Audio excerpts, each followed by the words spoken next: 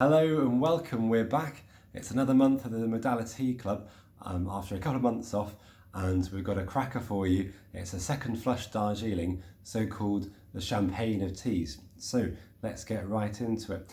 Hopefully many of you received your packages of this lovely tea already this month. For some of you it's still waiting in the post, so it should be with you very soon. And when I say post, I mean me to deliver it in some way, shape or form.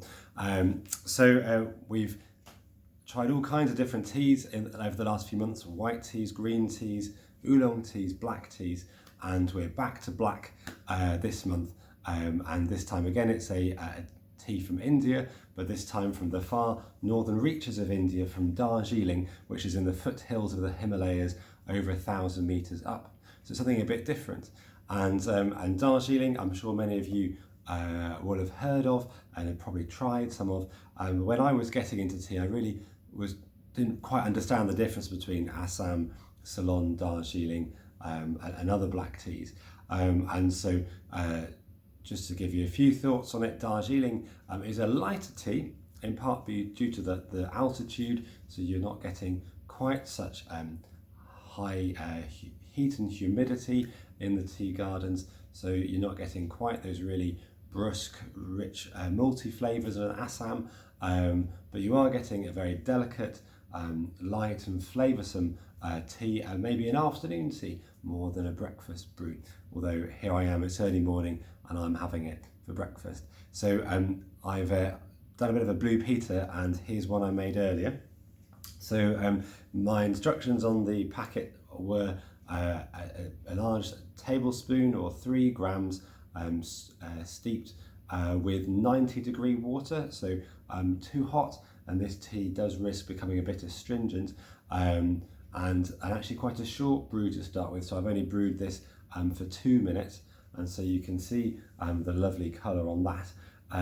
So it's not kind of as orangey and rich and dark as the Assam was, if you recall from a few months previously, but a very nice kind of golden colour.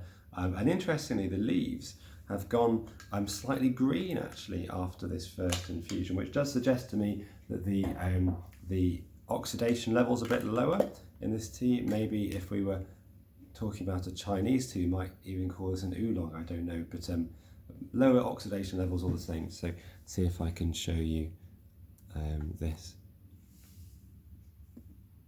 There you go. So very nice too. So some reasonable leaf integrity there, and quite small leaves. I'm going to get pouring this very nice tea. So people may ask, well, why is Darjeeling called the champagne of teas? And it's for a couple of reasons. I think in part it's due to the kind of high quality and the prestige of the tea. It's obviously, well, it's from a very small area in northern India, between Nepal and there's one district, and then you're into the Himalayas and Tibet. So it's the terroir, the kind of the sense of place is quite important, but also it's delicate tea, but full of flavour. And also one thing that Darjeeling is very famous for is this particular muscatel grape note on a really good Darjeeling. Well, cheers.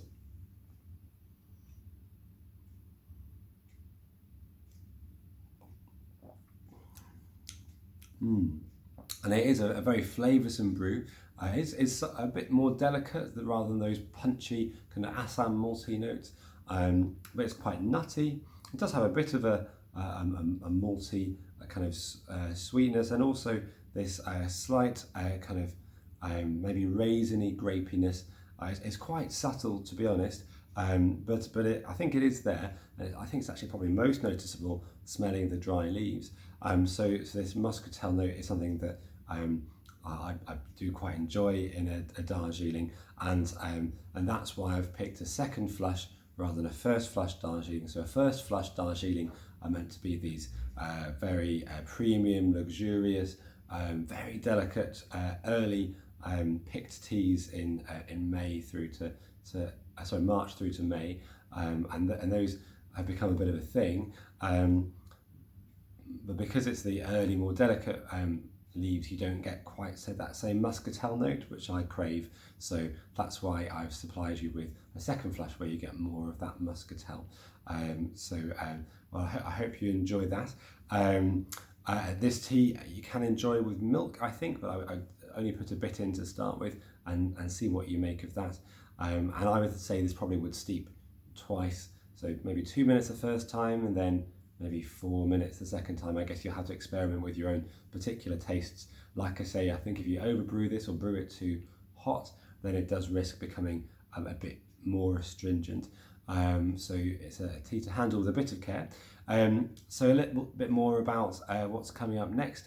We're into winter and it's December, so I thought I should source a really special tea for your Christmas holidays, and I'd like to think I have. It's a black tea again. I've kind of, the feedback I've got is that probably black teas are what we're most interested in the club, and this time it's unusual. It's from Guangdong province in China, and it's a tea that normally would be produced and processed as an oolong tea and Dan Kong oolong, but instead it's been fully oxidized in its processing to become a black Dan Kong tea. So that's quite unusual. I've had one of these before and it was really special. It's one of my favorite black teas of the time. Very sweet, and with some interesting kind of plummy notes as well. So you've got that to look forward to in a few weeks, winging its way from China. So, well, I hope you guys do enjoy this lovely second flush Darjeeling from Canton tea.